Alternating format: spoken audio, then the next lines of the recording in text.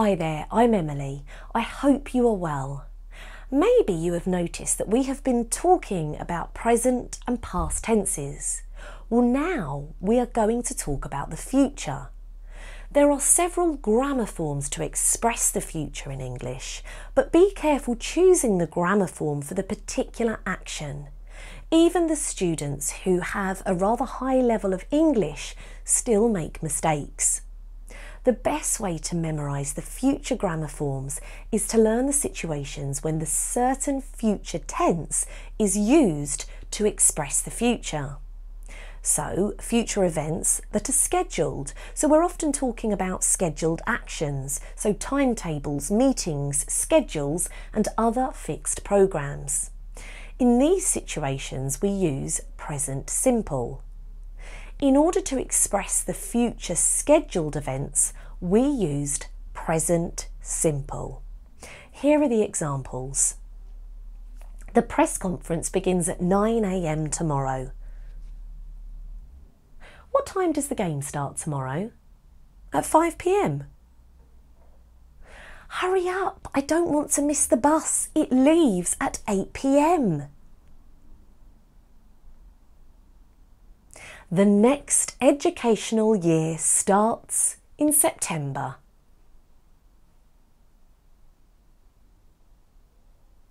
I arrive in London tomorrow at 3 p.m.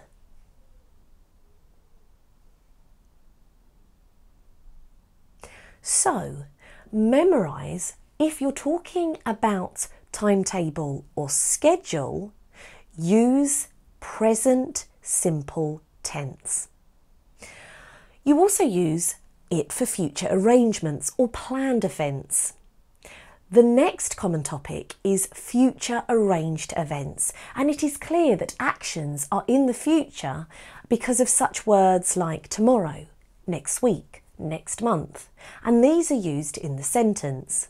We used present continuous tense for these, and here are some examples. I am meeting my parents at the bus station tomorrow.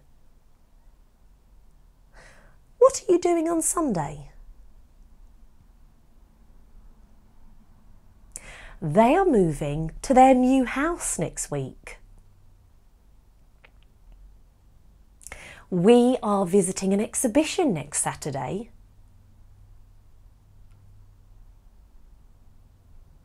I am flying to Dublin on Friday. So memorise that if you're talking about plans or arrangements, use present continuous tense.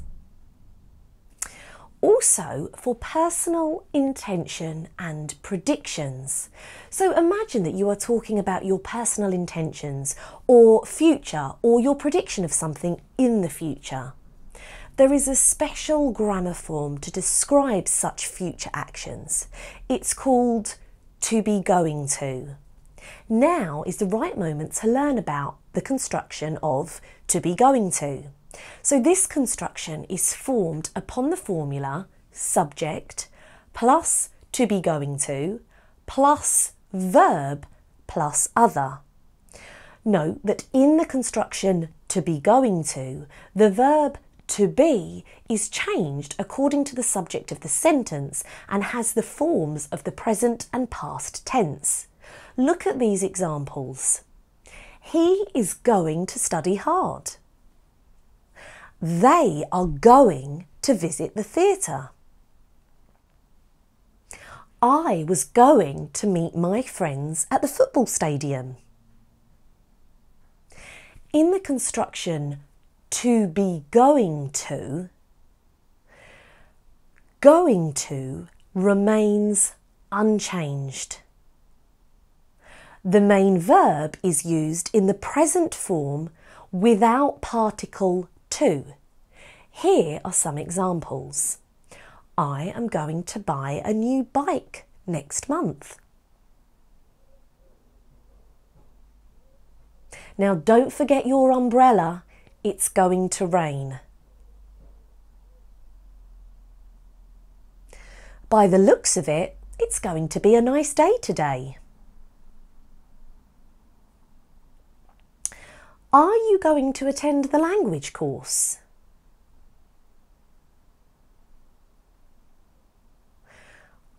What are you going to have for your dinner?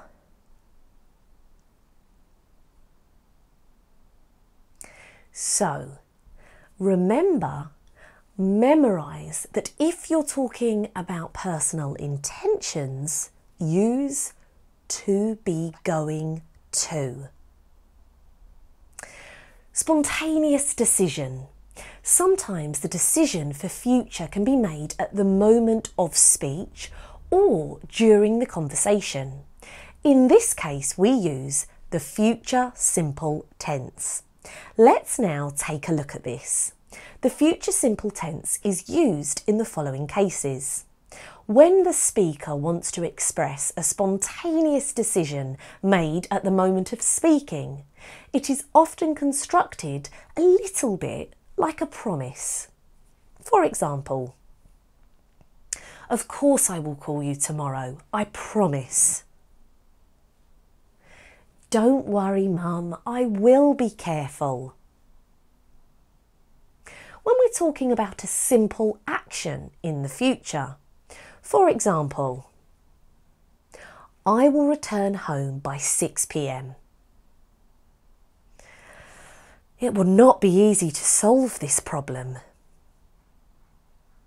When it comes to a polite request, invitation, "Will you marry me?" Will you help me to translate this article, please? The positive future simple is formed upon the formula subject plus will plus verb without to plus additions. For example, "I will pay for it with my credit card." The negative form is formed by using not after the auxiliary verb will. For example, "He will not go to the cinema." So let's memorise that if you want to express a spontaneous decision or a simple future action, use future simple tense. Also, I would like to familiarise you with other English tenses that are used to express the future. They are the future continuous tense, formed by will be plus the present participle. This is used to talk about future action in progress. For example, "I will be busy tomorrow. I will be meeting with my business partner." "He will be running the city marathon tomorrow morning."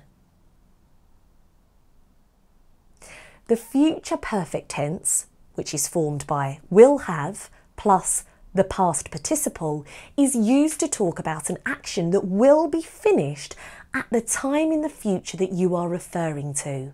For example, "I will have completed my project by next Monday." "She will not have cooked the dinner by 7 p.m. So there's just a few examples, and I really hope they help you.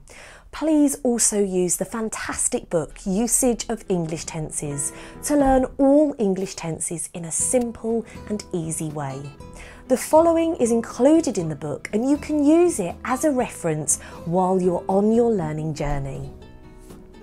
The 12 English tenses will be covered too. The to be going to, future in the past, sequence of tenses, plus lots of useful tips. They are all included in the book, so it's well worth having it there as a reference for you. And I am confident that you will have the ability to express the future actions in your common everyday situation. And finally, remember our proverbs, as they are very instructive. All is well that ends well. And most importantly, we remember that practice makes perfect. Well, that's it for now, guys. I wish you the best of luck with your learning.